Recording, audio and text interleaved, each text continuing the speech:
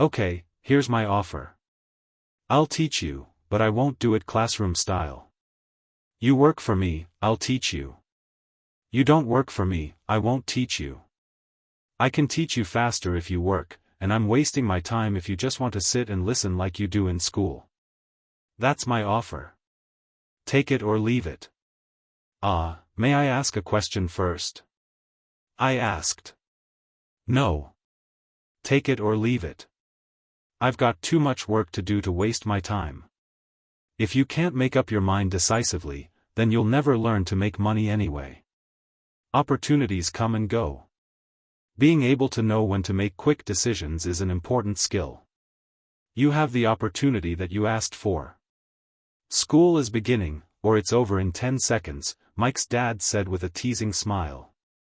Take it, I said. Take it, said Mike. Good, said Mike's dad.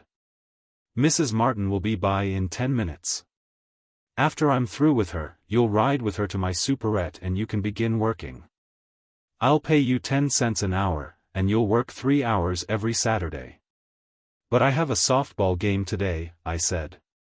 Mike's dad lowered his voice to a stern tone. Take it, or leave it, he said. I'll take it, I replied, choosing to work and learn instead of playing. 30 cents later. By 9 a.m. that day, Mike and I were working for Mrs. Martin. She was a kind and patient woman. She always said that Mike and I reminded her of her 2 grown sons. Although kind, she believed in hard work and kept us moving. We spent 3 hours taking canned goods off the shelves, brushing each can with a feather duster to get the dust off, and then restacking them neatly. It was excruciatingly boring work. Mike's dad, whom I call my rich dad, owned 9 of these little superettes, each with a large parking lot. They were the early version of the 7-Eleven convenience stores, little neighborhood grocery stores where people bought items such as milk, bread, butter, and cigarettes. The problem was that this was Hawaii before air conditioning was widely used, and the stores could not close their doors because of the heat. On 2 sides of the store, the doors had to be wide open to the road and parking lot. Every time a car drove by or pulled into the parking lot, dust would swirl and settle in the store. We knew we had a job as long as there was no air conditioning. For 3 weeks, Mike and I reported to Mrs. Martin and worked our 3 hours. By noon, our work was over, and she dropped 3 little dimes in each of our hands. Now, even at the age of 9 in the mid-1950s, 30 cents was not too exciting. Comic books cost 10 cents back then, so I usually spent my money on comic books and went home. By Wednesday of the 4th week, I was ready to quit.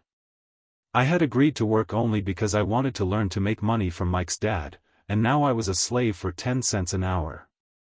On top of that, I had not seen Mike's dad since that first Saturday. Okay, I said. Next Saturday. I put the phone down. Mike's dad had agreed to meet with us. On Saturday I caught the 7:30 a.m. bus to the poor side of town. The lessons begin. Mike and I met with his dad that morning at 8 o'clock. He was already busy, having been at work for more than an hour. His construction supervisor was just leaving in his pickup truck as I walked up to his simple, small, and tidy home. Mike met me at the door. Dad's on the phone, and he said to wait on the back porch, Mike said as he opened the door. The old wooden floor creaked as I stepped across the threshold of the aging house.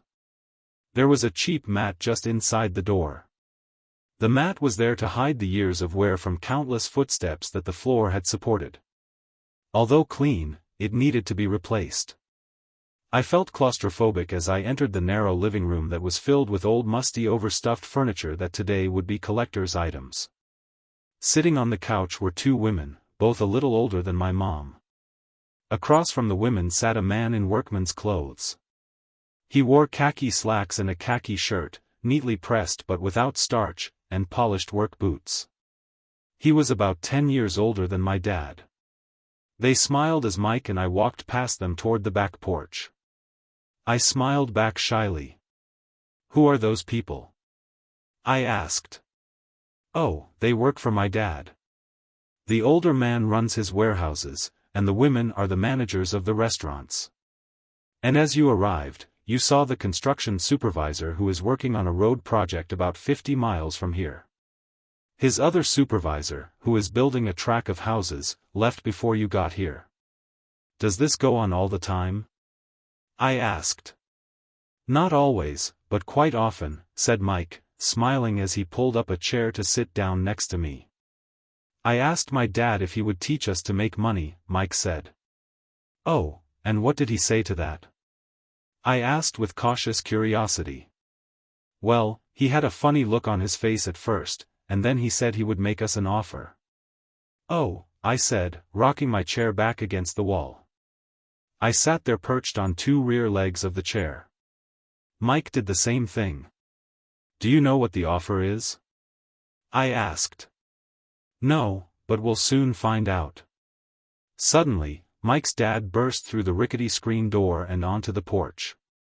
Mike and I jumped to our feet, not out of respect, but because we were startled. Ready, boys? He asked as he pulled up a chair to sit down with us. We nodded our heads as we pulled our chairs away from the wall to sit in front of him. He was a big man, about 6 feet tall and 200 pounds. My dad was taller, about the same weight, and 5 years older than Mike's dad. They sort of looked alike, though not of the same ethnic makeup. Maybe their energy was similar. Mike says you want to learn to make money? Is that correct, Robert? I nodded my head quickly, but with a little trepidation. He had a lot of power behind his words and smile. I'm quitting, I told Mike at lunchtime. School was boring, and now I did not even have my Saturdays to look forward to. But it was the 30 cents that really got to me. This time Mike smiled. What are you laughing at? I asked with anger and frustration. Dad said this would happen. He said to meet with him when you were ready to quit. What? I said indignantly. He's been waiting for me to get fed up. Sort of, Mike said. Dad's kind of different. He doesn't teach like your dad. Your mom and dad lecture a lot. My dad is quiet and a man of few words. You just wait till this Saturday. I'll tell him you're ready. You mean I've been set up? No, not really, but maybe. Dad will explain on Saturday. Waiting in line on Saturday. I was ready to face Mike's dad. Even my real dad was angry with him. My real dad, the one I call the poor one, thought that my rich dad was violating child labor laws and should be investigated. My educated, poor dad told me to demand what I deserve, at least 25 cents an hour. My poor dad told me that if I did not get a raise, I was to quit immediately. You don't need that damn job anyway, said my poor dad with indignation. At 8 o'clock Saturday morning, I walked through the door of Mike's house when Mike's dad opened it. Take a seat and wait in line, he said as I entered. He turned and disappeared into his little office next to a bedroom. I looked around the room and didn't see Mike anywhere. Feeling awkward, I cautiously sat down next to the same two women who were there 4 weeks earlier. They smiled and slid down the couch to make room for me. 45 minutes went by, and I was steaming. The two women had met with him and left 30 minutes earlier. An older gentleman was in there for 20 minutes and was also gone. The house was empty, and here I sat in a musty, dark living room on a beautiful sunny Hawaiian day, waiting to talk to a cheapskate who exploited children. I could hear him rustling around the office, talking on the phone, and ignoring me. I was ready to walk out, but for some reason I stayed. Finally, 15 minutes later, at exactly 9 o'clock, Rich Dad walked out of his office, said nothing, and signaled with his hand for me to enter.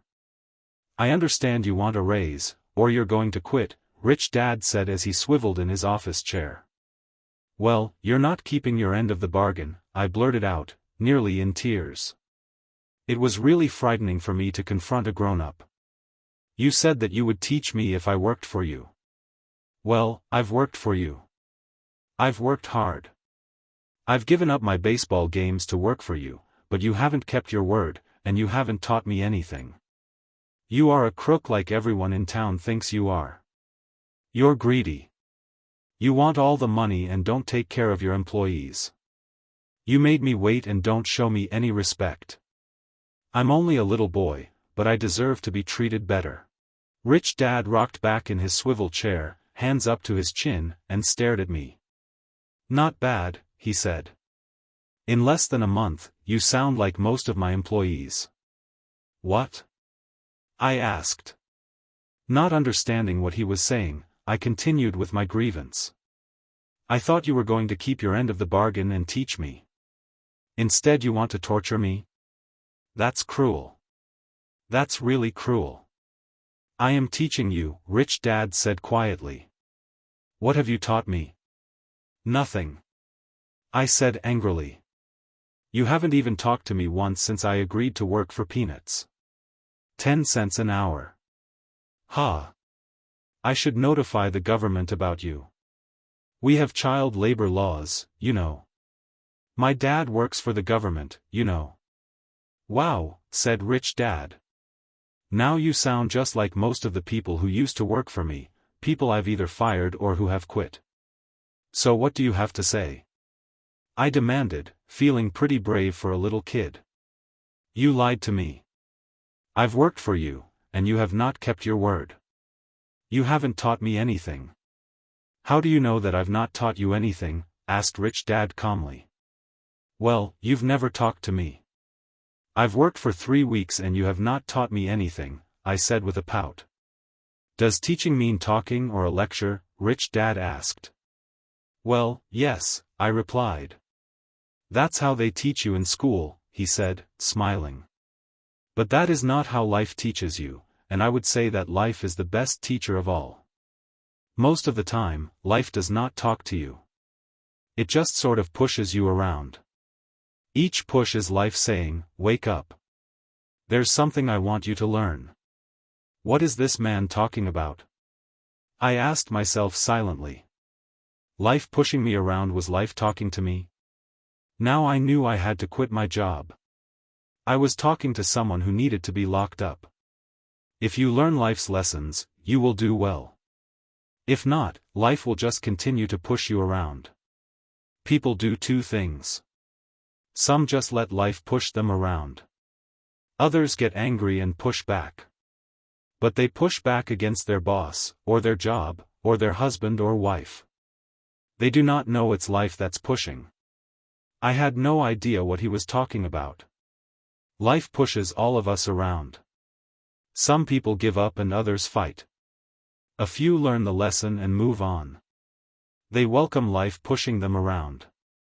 To these few people, it means they need and want to learn something. They learn and move on.